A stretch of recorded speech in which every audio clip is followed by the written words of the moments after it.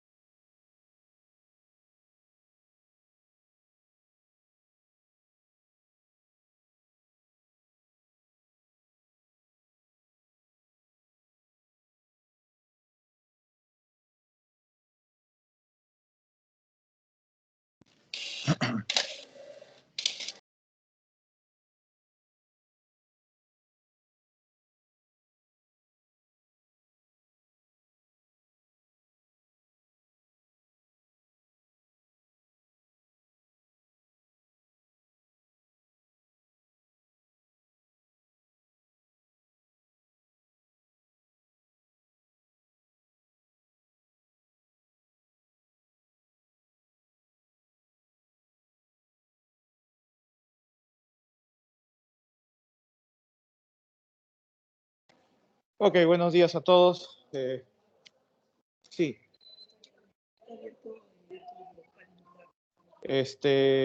Media hora. y vienes.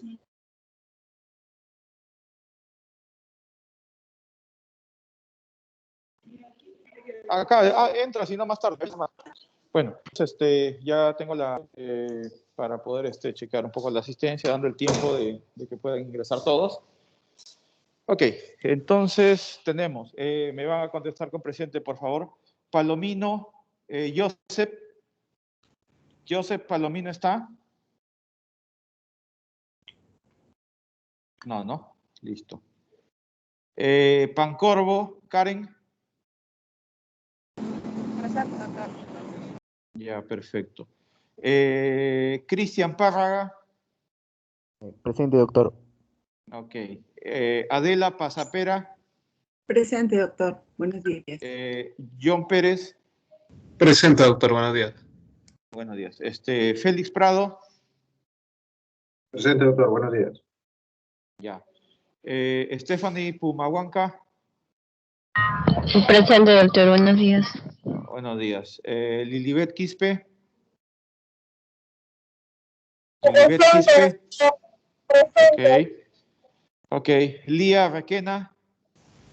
Presente, doctor. Buenos días. Buenos días. Carmen Rivera. Buenos días, doctor. Presente. Rosemary Rodríguez. Buenos días, doctor. Presente.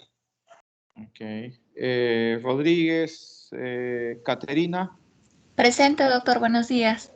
Buenos días. Rojas Isabel. Presente, doctor. Buenos días. José Román. Presente, doctor. Buenos días. Ok. Paolo Romero. Presente, doctor. Buenos días. Daisy Roque. Presente, doctor. Brian Sánchez. Presente, doctor. Ok. Carlos Sedano. Presente, doctor. Y Javier Cerrato. Presente, doctor. Buenos días. Ok. Último llamado para Joseph Palomino. ¿Está? No está. Ok. Entonces empezamos hoy día, vamos a compartir sobre el tema de enfermedades glomerulares primarias. ¿Por qué se llama primaria? La respuesta es muy fácil, como decían acá los internos, porque no es secundaria ni terciaria, ni cuaternaria, ni etcétera. Entonces, acuñamos el término primaria cuando uno hace la búsqueda de la patología. Un segundo.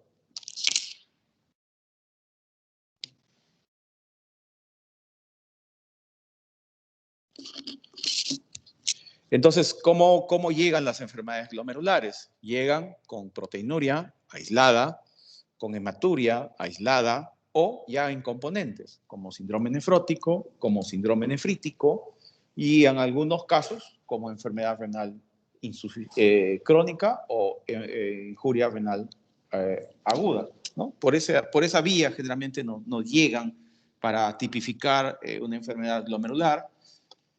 Y lo primero que uno hace es empezar a buscar las causas, ¿no? Uno empieza a buscar las causas de la enfermedad y dentro de las causas pues puede haber hepatitis, HIV, estreptococo beta hemolítico, asociado a medicamentos, asociado a tumores, asociado a enfermedades sistémicas, a enfermedades hereditarias. Entonces, todas esas tienen una causa, por lo tanto es secundaria a algo. Pero cuando uno busca y no encuentra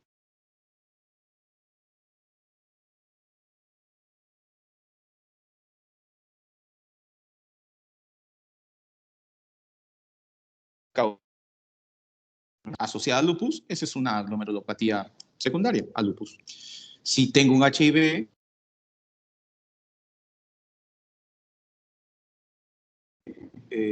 es secundario. A ese grupo entran los que no tienen un diagnóstico, pero tienen un patrón histológico similar a secundarismo. Es decir, si tienen un patrón de lesiones mínimas, en teoría es el mismo, ¿no? Para el primario o el secundario. Algunas características, es cierto, no es el mismo. Hay unas características que nos orientan un poco más a definir si esto es primario o secundario. Hoy, con el apoyo de microscopía electrónica, eso se ve mucho mejor.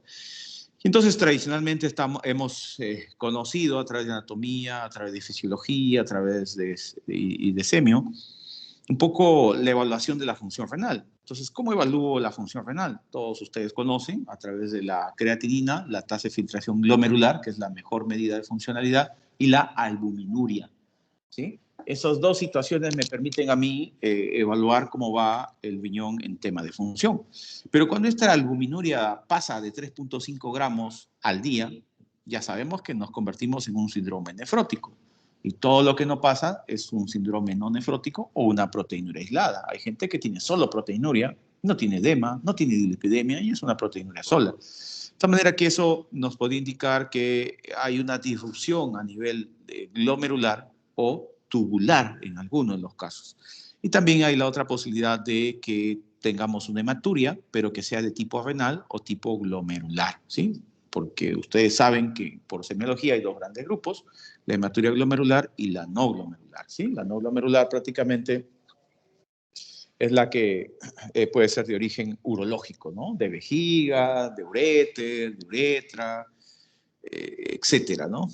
Que puede asociarse, ¿no? Una litiasis, una infección urinaria, un cáncer, puede dar hematuria, ¿sí? Pero mientras no toque estructura glomerular, no son de este grupo y hay algunas características. El podocito, como ustedes conocen, hoy se conoce mucho mejor el componente de la membrana basal glomerular desde el punto de vista molecular y ahí está el podocito. Este podocito está unido por unas fibras de actina, tiene unos receptores para algunos procesos, tiene la podocina como una proteína también de anclaje con la integrina o la nefrina. Entonces, de tal manera que sucede problemas cuando hay ruptura o disfunción y o inflamación y o alteración genética en esta constitución del podocito. Es decir, que está, entre comillas, en la parte superior de esta membrana basal glomerular. De tal manera que cuando yo tengo pérdida, ¿no?, de la carga negativa de esta membrana, obviamente va a producir problemas. Siempre nos han dicho en química que negativo con negativo se repelen, ¿no? Lo cual es correcto, ¿no? Porque de alguna manera las proteínas tienen carga negativa y la membrana carga negativa. En teoría se van a repeler.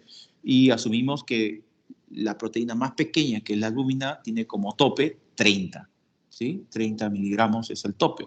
Y como proteinuria total, nuestro tope es 150 miligramos día. Y por eso que en semia nos enseñaban que el valor normal, entre comillas, de la proteinuria es hasta 150 miligramos día o 0.15 gramos en 24 horas. ¿Sí? Pasado eso, ya teníamos algún grado de pasaje. Entonces, y por otro lado, cuando llevábamos en semiología el tema de la microalbuminuria, de la proteinuria, nos decían pues que entre 30 y 300 es la microalbuminuria y sobre 300 ya es la macroalbuminuria y por eso es que el valor normal se debería mantener en 30. Conclusión, 30 en albúmina, ya no proteína total, entre 30 y 300 albúmina, la microalbuminuria.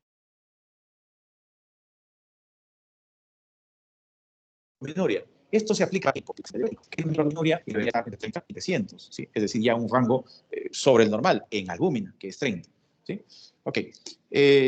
Entonces uno puede detectar tempranamente con este componente dosar la albúmina para temas glomerulares.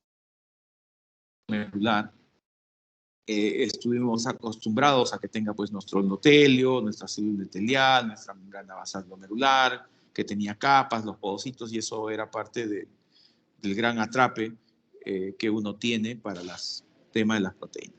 Entonces, la clasificación de estas enfermedades que se van a dar, básicamente se ha acuñado algunos términos muy amigos entre la cuestión histológica, porque cada patología tiene una marca en el riñón, una huella histológica, ¿no? Entonces, clínicamente se ha hecho una conjunción y se pueden clasificar en glomerulonefritis agudas, glomerulonefritis rápidamente progresivas, glomerulonefritis crónicas, o sea, aquellos que ya tienen un patrón más de 3 meses glomerular, y las secundarias que son asociadas pues a situaciones sistémicas, que es lo que no vamos a ver hoy, porque prácticamente hoy es solo las primarias, pero igual, en el contexto hay que saber que hay varias de estas situaciones para que se pueda tener algún parámetro adicional.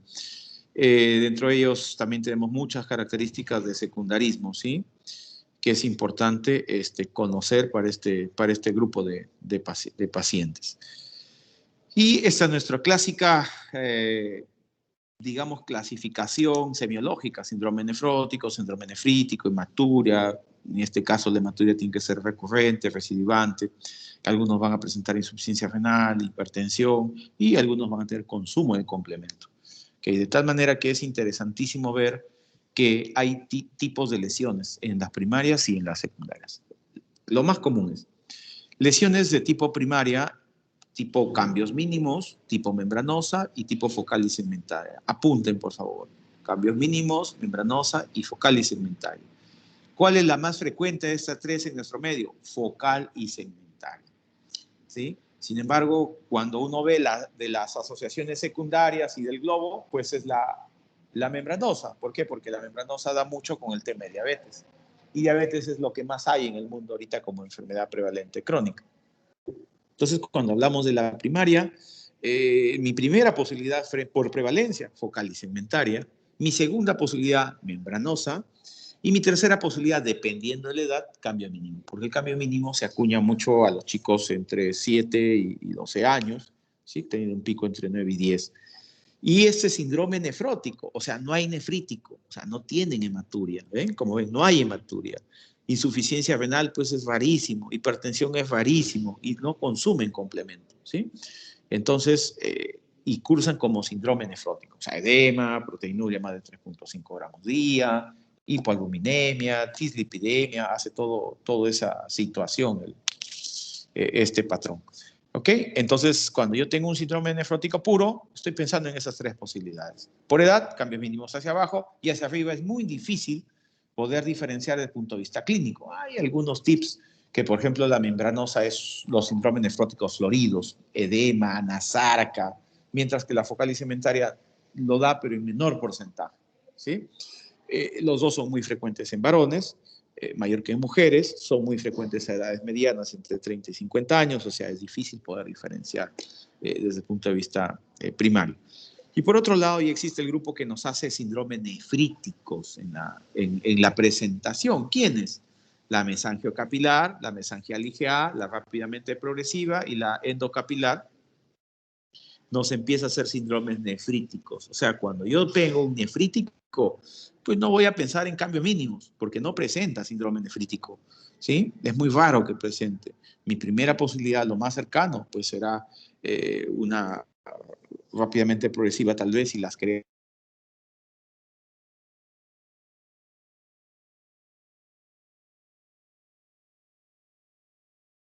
van subiendo, mesangial de tipo IgA, que es muy frecuente en el medio, pero que hay que mirar también, o las mesangiocapilares, ¿no? Que son las membranas proliferativas, que es común en nuestro medio. Y aparte tienen hematuria, ¿ven? Entonces hay hematuria recidivante, esa que va, viene y no, a veces no hay una causa. Es común encontrar compromiso renal, o sea, que puedan cursar con cierto grado de insuficiencia renal. Es decir, viene un paciente con insuficiencia renal, creatina 1.5,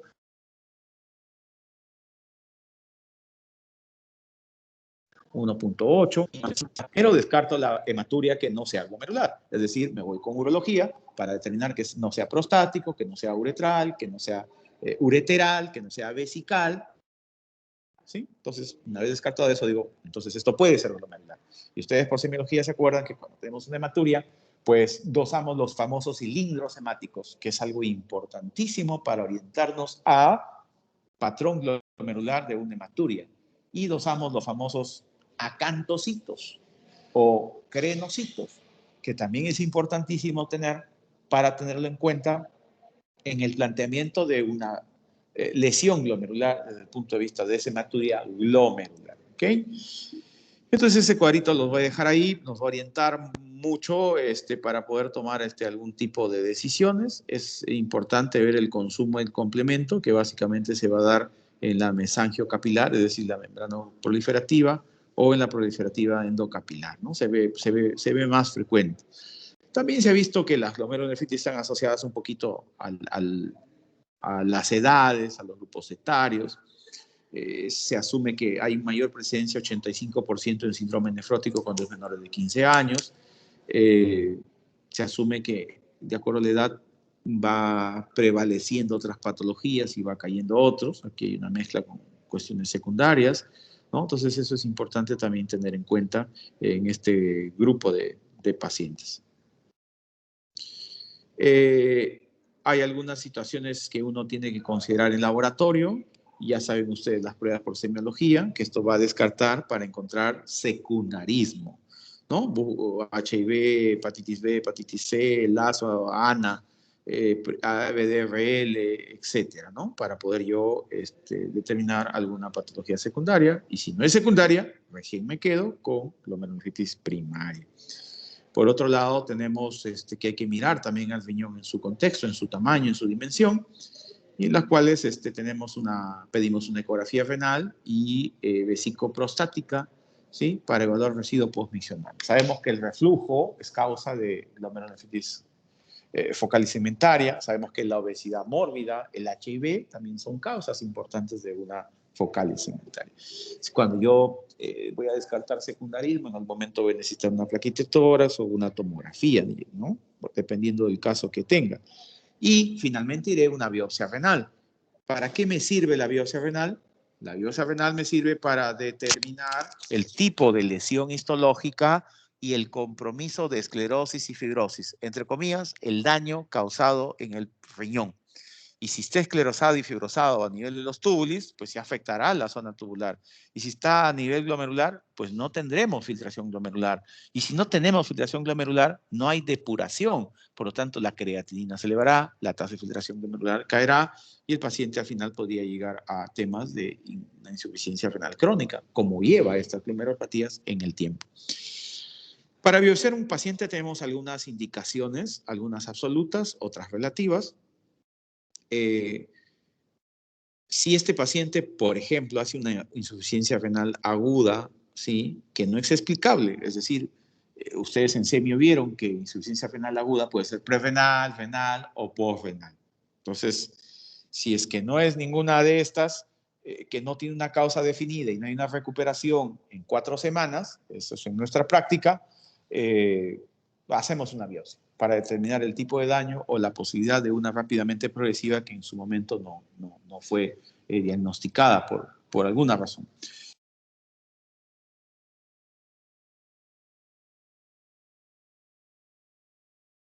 Una característica en la histología de la progresiva son cuando veamos semilunas progresivo, ¿no? Clínicamente, ¿no? Y estas semilunas pues tienen que estar en más del 50%, porque a veces encontramos una que otra semiluna, pero no significa, o sea, es decir, un gran compromiso. Los síndromes nefríticos agudos que inexplicablemente tienen hematuria, después falla renal y que no sabemos una causa, pues van a una biopsia. La proteinuria y la hematuria inexplicadas, que es decir, ya busqué por todos lados, no hay de punto de vista urológico, no hay una enfermedad sistémica, pues me queda biopsiar a ver si encuentro algún patrón relacionado a este tipo de presentación. A veces hay que definir un plan terapéutico y va a definirse de acuerdo al compromiso histológico, es lo que también se va a dar. Las enfermedades sistémicas, ¿no? Asociadas a veces a lupus, a vasculitis, a síndromes sobre todo sistémicos, también podemos biopsiar para el pronóstico y tener una mejor guía de manejo. Por acá hay algo interesante también que es sobre el consumo del complemento C3 y C4. Por ejemplo, las primeras que decíamos, lesión de mínima focal y segmentaria y membranosa, y ahora agregamos la IgA, no deberían consumir complemento. ¿Sí? Eso es algo más lo genérico. Por ahí hay unos exceptos, sí, correcto, pero en general no deberían consumir complemento. Los grandes consumidores son la mesangio proliferativa o la membrana proliferativa, ¿sí? Y las extracapilares y las rápidamente progresivas. Estos son pues un poco los consumidores por excelencia, ¿no? Entonces eso también hay que tener en cuenta. Revisemos rápidamente en estos minutos que nos están quedando algunas glomerulopatías que son importantes. Cambios mínimos, ya comenté. Se presenta en el 80% de los casos como un síndrome nefrótico puro, es decir, ojo, ahí vamos un criterio de proteinuria selectiva. ¿Qué quiere decir? Que cuando yo doso la proteinuria en la orina, más del 80 a 90% del dosaje es full albúmina, ¿no? Entonces, esos pacientes a edades, digamos, de 12 años, que en el proteinurama electroforético yo encuentro gran proteinuria o albuminuria, y se llama albuminuria selectiva, porque parece que el daño es menor y selecciona esta proteína de menor tamaño molecular porque la difusión es menor, es la que sale. Entonces, eso es importante tener en cuenta. Sin embargo, en los adultos también puede presentarse, pero bueno, un porcentaje mucho menor. Esta proteograma selectiva ya lo comentamos. Encontramos mínimos cambios o lesiones mínimas en la microscopía óptica, ¿no? Entonces es lo que encontramos y no hay ningún problema. Las manifestaciones clínicas, tenemos la proteinuria, ya vimos la selectiva, puede haber hipoglucemia, edema por el síndrome nefrótico. Al perder las gamma-globulinas, son susceptibles a las infecciones. Ya sabemos que por el nefrótico puede haber lipidemia, hipercoagulabilidad, y eso es parte de este contexto. Tratamiento, corticoides. Básicamente ceden los corticoides en el 90% o más, cede este tipo de patología. 10% son resistentes o refractarios al corticoide. En los chicos de 6 años, de 4 años, a veces la conducta pediátrica es no hacer una biopsia, porque por prevalencia, sabiendo que más del 90-95% es cambio mínimos, no sometemos a biopsia. Empezamos tratamiento con corticoide sabiendo que el éxito está sobre el 90%. Si hay una remisión con corticoide, pues queda anotado como cambio mínimo. Pero ¿qué pasa si no hay una remisión en 6 a 8 semanas? Entonces obliga a biopsiar al paciente, pensando en otra glomerulonefritis, que en nuestro medio podría ser la focal y segmentaria, que es algo importante que se puede dar. Entonces los corticoides son importantes, los mantenemos 8 semanas, ¿sí? En teoría entre 4 a 6 semanas ya voy mirando un poquito la respuesta. La dieta es como mantener un síndrome nefrótico, ¿no? Es un síndrome en los cuales se tiene prácticamente lo que tenemos ahí es temas que se ajustan a la dieta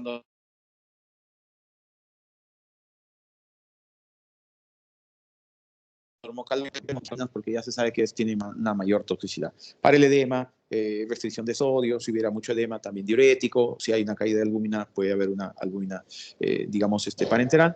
Estos pacientes a veces hay que vacunarlos según el calendario, sobre todo para lo que es el estreptococo, ¿sí?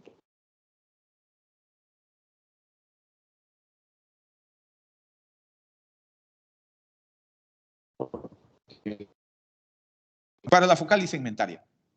Bueno, se nos fue la red. Vamos a reubicar acá.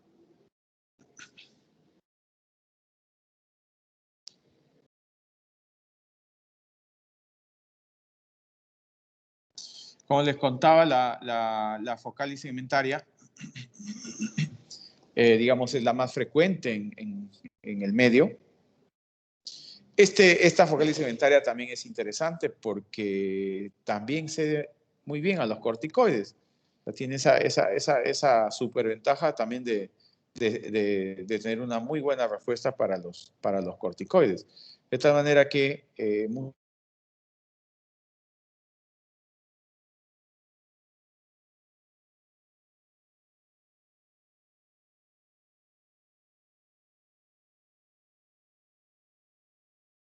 fue una focal y segmentaria, y por eso también recurrimos a la biopsia para que nos pudiera tener. Bueno, vamos a reconectar. Hay problemas en la red. Voy a movilizarme para poder. Me moví por estar mejor, pero parece que se empeoró. A ver.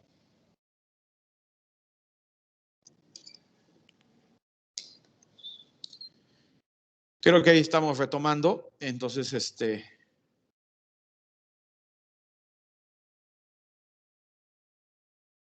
esperemos que más sincroniza acá en el auditorio.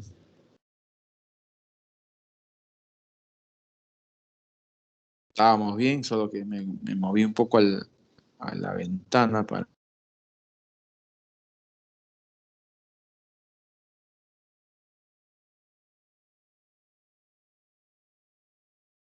Bueno, seguimos. Les comentaba, la focal y segmentaria es igual, mucho más frecuente en varones, ¿sí?, que en mujeres. El porcentaje es más prevalente en nuestro medio, Y también a nivel latinoamericano,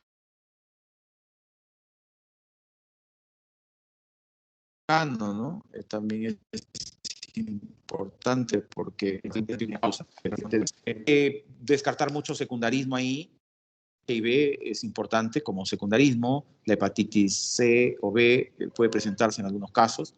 Hay lesiones también de la obesidad mórbida, también hay lesiones asociadas al reflujo vesicoureteral, sobre todo a aquellos niños que tienen ese tipo de patologías, que digamos es secundarias, que hay que empezar a descartar, que muchas veces son preguntas del ENAM o del MIR, ¿no? Que nos dicen causas de una focal cementaria, excepto, ¿no?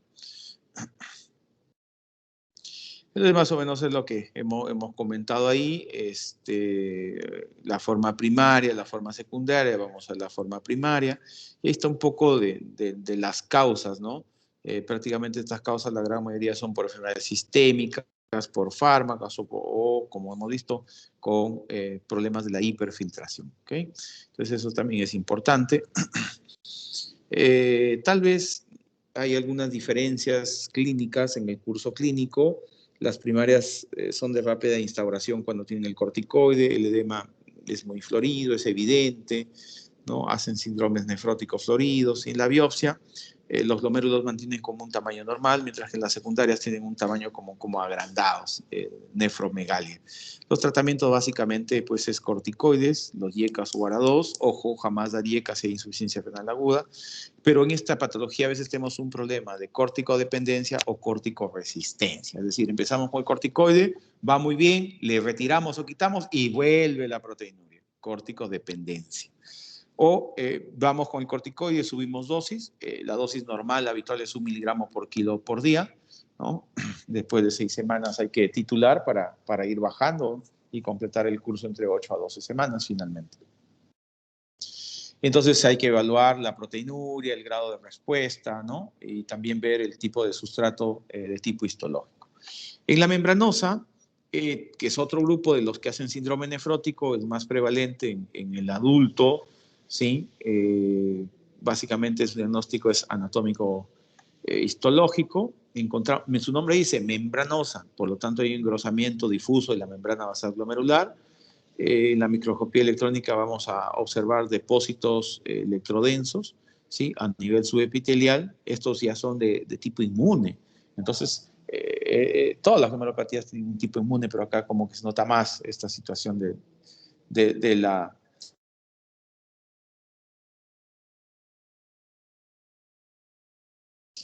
fluorescencia, que es una técnica fluorescente, es decir, se ve como verdes en los glomérulos porque se pone un reactivo.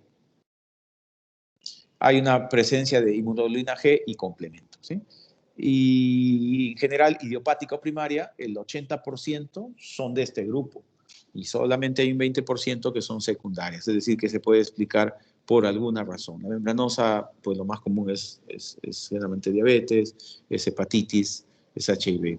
Y tienen algunas causas secundarias, ¿no? Neoplasias, infecciones, drogas, enfermedades multisistémicas, etcétera, ¿no? Entonces, todas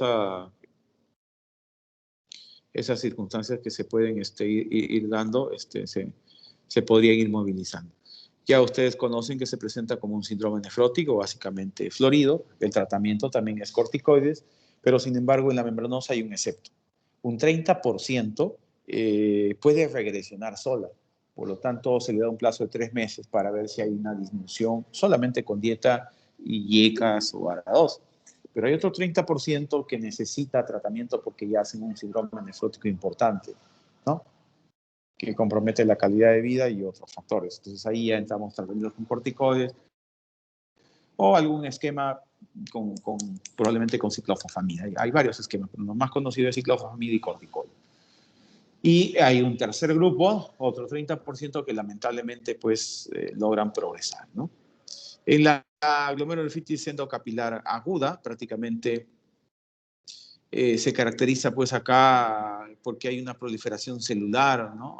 Células mesangiales, procesos inflamatorios, y que cuando uno ve las secundarias, pues miren, está IgA, nefritis lúpicas, si no son ninguna de esas y corresponde al patrón mesangial, pues recién podemos decir que es primaria o idiopática, ¿no? Entonces, esta es la glomerulonefritis rápidamente progresiva. Sabemos que hay dos tipos, las postestreptocócicas asociadas a infecciones de vías respiratorias, con cepas nefritoxigénicas 1, 2, 4 y 12, o al nivel de la piel, con cepas nefritoxigénicas 14, 55, 57, 60, que no interesa básicamente aprenderse de memoria esto, pero les interesa saber que estos dos son los orígenes y que una va a demorar de 2 a 3 semanas y la otra un poquito más. La lesión glomerular no está asociada a la infección directa por el microorganismo, sino a la formación de complejos inmunes. O sea, no es el estreptococcus a veces el que hace el daño en sí, sino a la posibilidad del complejo inmune que nos va a dar. Entonces, ¿cómo se presenta este postestreptocócico? Posinfecciosas en general, síndrome nefrítico 95%, síndrome nefrótico 4% y un grupito muy pequeño rápidamente progresiva en 1%. ¿Okay? 3 a 6 semanas para infecciones de piel, de 1 a 2 semanas para problemas faríngeos. Entonces, esto es muy típico en la presentación de los casos. Y vemos que tienen el lazo positivo, disminución del complemento, ¿no? Y la biopsia a veces ya no le hacen la biopsia, por eso se ha puesto en rojo, porque si yo tengo lazo positivo, disminución del complemento, infecciones faríngeas, es por eso.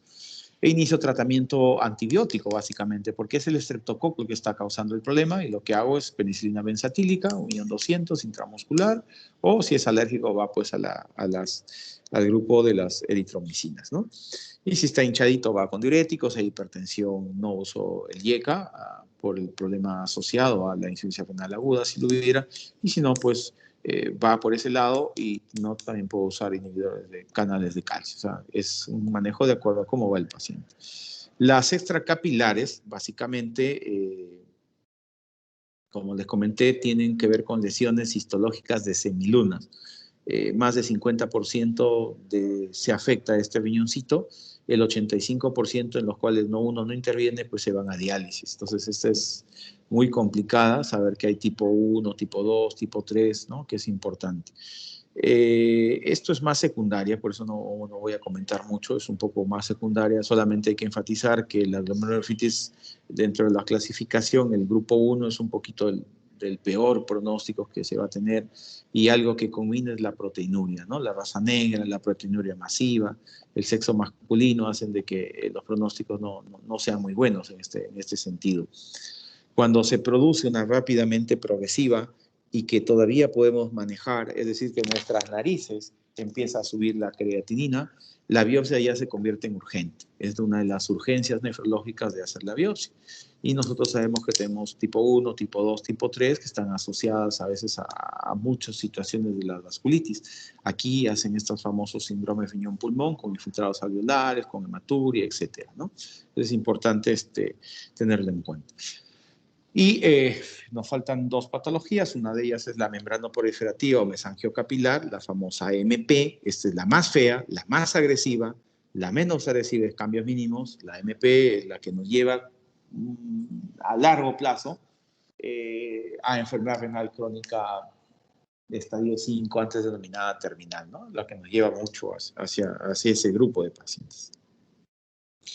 Entonces, de alguna manera, el pronóstico a veces no es muy buena, porque ya digo, 50% de los pacientes se nos llevan, ¿no? ¿Qué criterios hay desfavorables? Que el síndrome nefrótico sea grave, persistente, que hay insuficiencia renal al momento del diagnóstico de la biopsia renal, que la hipertensión continúe, que haya una mayor edad, glomerulosclerosis, la presencia de semilunas más del 50%, pues eso nos combina. La nefropatía por IgA, finalmente, tenemos que esta es una patología que se caracteriza por un depósito difuso y generalizado de la IgA en el mesangio, ¿sí? Mesangio a IgA. Encontramos en algún momento también en sangre, ¿no? Pero no es muy común encontrarlo. Entonces, la púrpura, por ejemplo, de Henoch-Schörle es una forma sistémica del IgA, pero eso es ya secundario, ¿no? O en algunos casos hay que evidenciar si hay algún tipo de otras formas secundarias. Se presenta con alteraciones urinarias asintomáticas, generalmente hematuria, ¿no? A veces macroscópica, aislada, con insuficiencia renal, con síndrome nefrótico, ¿no? Y tiene algún tratamiento específico para la glomerulopatía, siempre YECA o ARA2 para la proteinuria, si hay hipertensión hay que tratar de mantener, y igualmente con YECA o ARA2, pero uno puede asociar un bloqueador o inhibidor de canales de calcio. Cuando la proteinuria es más de 1 gramo, queremos que la presión arterial esté en 125/75, o cuando es menor de 1 gramo, que se mantenga en 130/80. ¿No? Seguimos con los YECA, los ARA2, que han demostrado este tipo de manejos importante para este grupo de pacientes. Igual, esos tratamientos para reducción de la proteinuria no son, digamos, al 100% eficaces. Tenemos ciertos márgenes de no eficacia, por lo tanto, de no respuesta clínica. En la membranosa, solo un 35% nos podría responder. En la membrana proliferativa, hasta un 60%. Focal y cementaria, miren, 20-30%. O sea, habrá algún grupo que no nos responde con YECAS y ARA2 y tendríamos que complementar, ¿no? Por eso es que ya se dice que YECA y ARA2 es un complemento, en realidad, del tratamiento. No es el tratamiento, ¿no? Entonces empezamos con corticoides y complementamos con YECAS ARA2, sabiendo que en algunos casos no va a haber una respuesta adecuada. Finalmente, podemos tener en cuenta algunas situaciones rápidas asociadas sobre todo a secundarismos para finalmente quedar con las primarias. La nefropatía membranosa, asociada a AINES, a sales de oro, a mercurio, ¿no? A los cambios mínimos, puede dar también a AINES, a antibióticos como rifampicina, que es importante en el problema de tuberculosis, ampicilina, metamizol, tamoxifeno, las membranas proliferativas asociadas a lesiones por ciclosporina, por tacrolimus, por mitomicina C o anticonceptivos orales. Esto es importante porque a veces vienen mujeres de 26 años de edad con anticonceptivos, de pronto empieza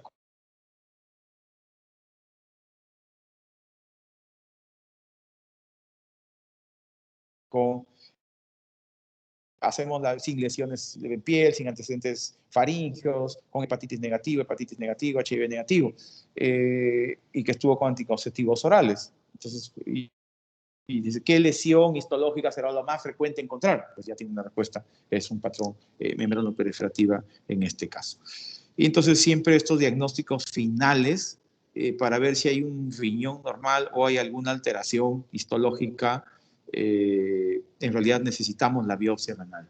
Y la biopsia renal tiene 3 tipos, digamos 3 procedimientos. La microscopía óptica, que es la que normalmente hemos visto en todos los microscopios con sus colorantes, hematoxilina o eosina, que nos permiten dar ese color rosadito, medio fucsia, ¿no? De captación. Y otros colorantes que nos permiten evidenciar la fibrosis, ¿no? Como la metamina de plata, ¿no? Donde ya se ve más zonas negritas o zonas verdes, ¿no? Prácticamente nos evidencian que eso está fibrosado, esclerosado, es decir, ya se perdió, ¿no? Y el otro patrón es la IFI, la inmunofluorescencia, que nos va a permitir identificar los anticuerpos cuando sospechemos de algún tipo de enfermedad inmunológica. Y finalmente ver la ultraestructura, que es a través de la microscopía electrónica. Entonces, frente a una biopsia renal, microscopía óptica, inmunofluorescencia y microscopía electrónica. No siempre la electrónica, porque a veces los diagnósticos ya son evidentes, pero hoy en el mundo les están haciendo a todos prácticamente. Entonces, si hay una pregunta, idealmente usted debería, pues las 3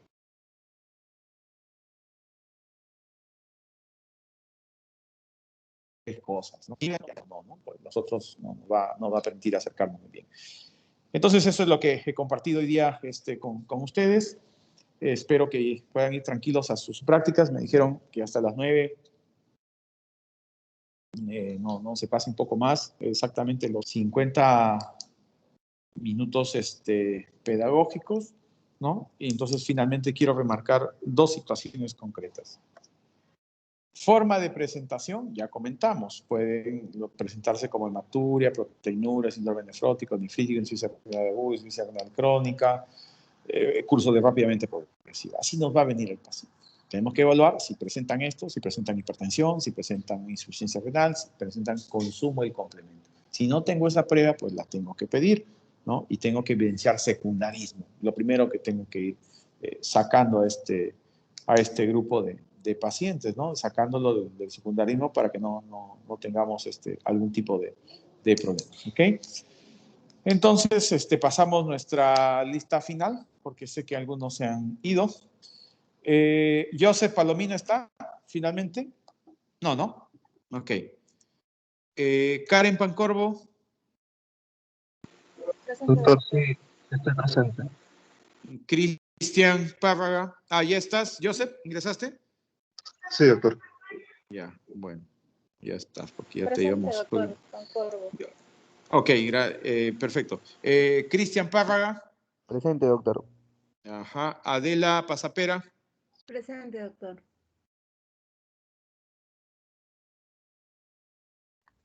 Adela Pasapera. Ahí está, ya la vi. ¿Me escucha?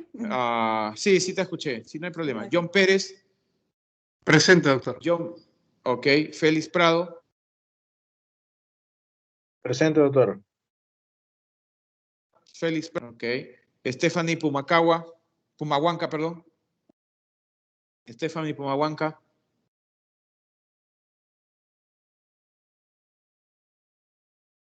Stephanie Pumahuanca.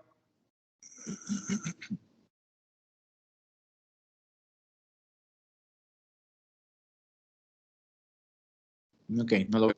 Lilibet Quispe. Presente, doctor. Ok. Lía Requena. Presente, doctor. Ok. Carmen Rivera. Presente, doctor. Ok. Rosemary Rodríguez. Presente, doctor. Ok. Caterina Rodríguez. Presente, doctor. Ok. Isabel Rojas. Presente, doctor. Ajá. José Román.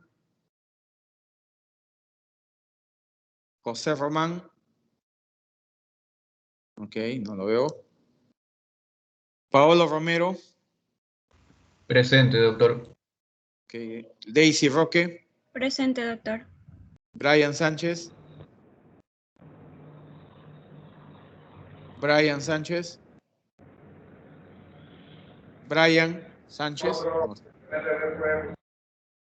Carlos, sí está. Carlos Sedano ya está ahí. Javier Presente. Cerrato. Presente, doctor. Ok, estamos, perfecto. Listo. Entonces, la pregunta para Caterina Rodríguez. Caterina, si viene un paciente con síndrome nefrótico, ¿qué pruebas tú le solicitas?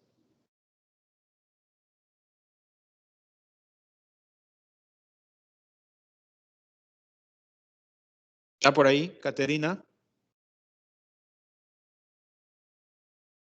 No estaba. ¿No? Doctor, sí. Está por ahí. Viene un paciente y tú tienes la sospecha de que este viene con edema, te dice que tiene orina espumosa, ¿no? Y tienes la sospecha de un síndrome nefrótico. ¿Qué pruebas tú le solicitas?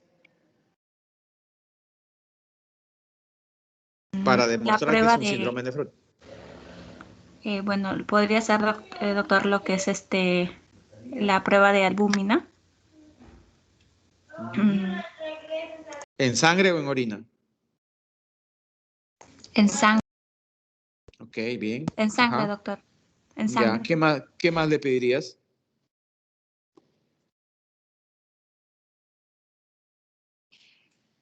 ¿Algo más? Bueno, por ahí como que ya nos orienta un poco, ¿no? Ok, bien.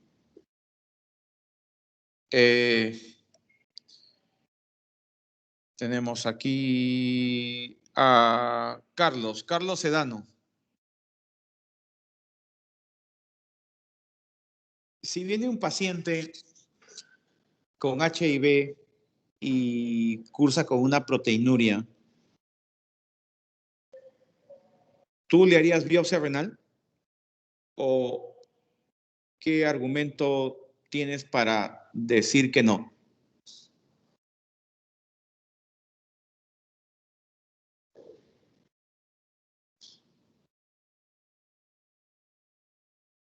Carlos.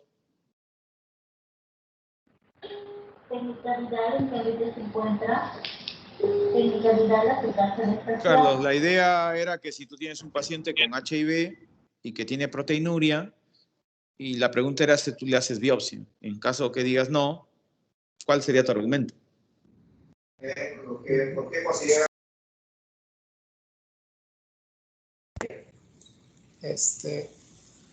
Le pediría otras pruebas, doctor. Sí. Ya. ¿Cómo qué? ¿Como cuáles, por ejemplo? Creatinina, urea. Ya. Y te sale normal.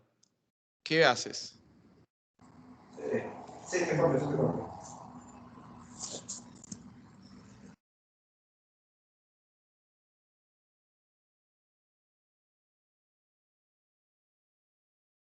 Ok.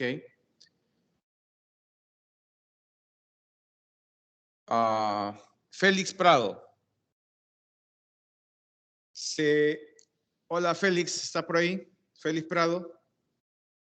Sí, doctor, lo escucho. Ok. Te llega a la consulta un chico de 10 años de edad que ya está con tratamiento de corticoide que le empezaron en una provincia, asumiendo que eran cambios mínimos, porque había llevado bien el curso el doctor, y dijo 3 cambios mínimos. Te llega a la consulta después de 8 semanas y la mamá te dice que está igual, que no nota mejoría, que sigue tan hinchado como empezó. ¿Tú harías otra biopsia? ¿Harías otros análisis? ¿Qué conducta tendrías?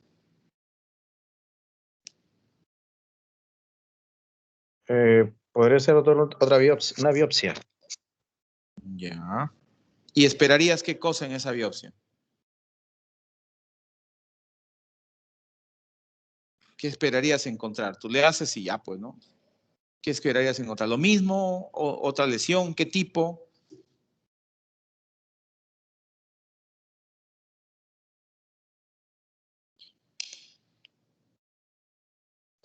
Ok. Entonces, para la primera pregunta que se hizo sobre el síndrome nefrótico. Cuando nosotros tenemos un síndrome nefrótico o sospecha de un nefrótico porque nos viene con proteinuria, con edema, lo primero que tenemos que pedir es eliminar la definición. ¿Cuál es la definición de síndrome nefrótico? Proteinuria más de 24 horas. ¿Correcto? Entonces tengo que pedir una proteinuria de 24 horas. ¿Sí? La albúmina pesca algo chiquito, ¿no? 30 miligramos. Pero claro, 30 miligramos día y probablemente nos va a salir un montón, ¿no? Es correcto, ¿no? Se le pide una albuminuria, pero en el mercado lo que tenemos es la proteinuria total y como que reservamos la albuminuria o microalbuminuria para la lesión inicial, para la sospecha inicial. Pero si ya viene orinando espumosa 4 días, 5 días, una semana, prácticamente va a salir recontra positiva la albuminuria, ¿no? Entonces es mejor tener una proteinuria total, porque ahí está micro como macromoléculas, ¿no? Entonces, si veo que está elevado la macro, uy, ya, pues, gracias, la micro de hecho que está alta. Entonces, ¿y qué más es el componente? Colesterol, triglicéridos, porque tengo que evidenciar la dislipidemia. ¿Qué más? Como su compañero decía, la albúmina sérica, porque al perder proteínas, entonces tengo que corroborar mi síndrome nefrótico. Proteinuria 24 horas, hipoalbuminemia, ¿sí? Hipoalbuminemia, la dislipidemia, que es lo que tengo que verificar en el momento, ¿no? De este grupo de pacientes, ¿sí? Y punto. Yo tengo un paciente con, la segunda pregunta, tengo un paciente con HIV, con proteinuria, ¿no? Y de hecho, lo primero que tengo que hacer es evaluar la función renal, una creatinina y calcular la tasa de filtración glomerular y ver y tomar también la proteinuria 24 horas para ver si esa proteinuria corresponde a un síndrome nefrótico o no. ¿Sí? Si es un síndrome nefrótico compensado o descompensado, el HIV ya sé que es secundario. Probablemente esa glomerulopatía sea secundaria, pero hoy sabemos que hay subtipos de histológicos y que tienen que ver con el pronóstico. Por lo tanto, después que evaluamos nuevamente la proteinuria y la función renal, procedemos a hacer la biopsia, no para buscar en este caso secundarismo, porque ya sabemos que es secundarismo. Entonces, lo que vemos es ya el tipo de lesión que ha podido incurrir. El tratamiento de una glomerulonefritis por HIV es tratar el HIV. El tratamiento de una por lupus es tratar el lupus. ¿No? O sea, cada cosa secundaria uno lo trata. Y finalmente, el tema si nos llega un chico de 10 años a la consulta y que ya empezó corticoides y que la mamá dice que lo ve igual, Entonces tengo que igualmente corroborar, porque a mí ¿qué me interesa? ¿Cuál es la meta del tratamiento? Que la proteinuria baje y que el síndrome nefrótico baje, es decir, que el hinchazón baje, la proteinuria, la orina espumosa baje. Pero ¿cómo lo voy a saber? Con medición. Probablemente de repente, lamentablemente la mamá dice, sí, igual de hinchado. Claro, es lo que dice la mamá. ¿Y cómo evaluamos nosotros? Por el peso. El peso que uno tiene más el peso de agua va a salir un peso total. Entonces, cuando está hinchado, de repente pesa 60 kilos. Y yo que espero que en el camino que se va deshinchando el peso vaya cayendo. Y no espero que caiga rápidamente, espero que caiga en 8 a 12 semanas. ¿Sí? O sea, por lo tanto, si yo a la semana evalúo el tratamiento, va a estar igual. Si lo evalúo a las 3, igual. O sea, por eso es que la evaluación generalmente es entre 6 y 8 semanas, ¿no? Es cuando uno espera que el peso haya mejorado, haya bajado. 2, o mi proteinuria, que la proteinuria haya disminuido, eso es lo que yo espero, ¿no? Y al final del tratamiento, a mis 12 semanas, espero que haya una remisión total de la proteinuria, es decir, que llegue a lo normal, o una remisión parcial, es decir, que de 3, 4, 5 gramos caiga debajo de 1 gramo, ya por lo menos llego a eso, ¿no? Y que los edemas bajen. Y si no, digo, pucha, esto es resistencia, y ya tengo que pasar a otro grupo de inmunosupresores, nicofenolato, tacromio, ciclosporina, etcétera, ¿no? Que, bueno, eso ya es un poco más de nefroomicina 2. Entonces, eso es más o menos mi conducta. Y como su compañero decía, ¿haría otra biopsia? Sí, pues. Y lo que yo pienso es una focalicementaria, que es la más prevalente, que probablemente no lo haya cogido al paciente, ¿no? Y siempre para la biopsia hay que ver riesgo-beneficio. Nunca se hace una biopsia cuando tenemos un paciente con infección urinaria, porque se va a infectar y se va a morir. Nunca hacemos una biopsia cuando tenemos una sospecha, a veces, de una tuberculosis, porque está infectado. Nunca hacemos una biopsia, o al menos hasta que regulemos, cuando tenemos un trastorno de la coagulación, porque al poner una aguja, sangra.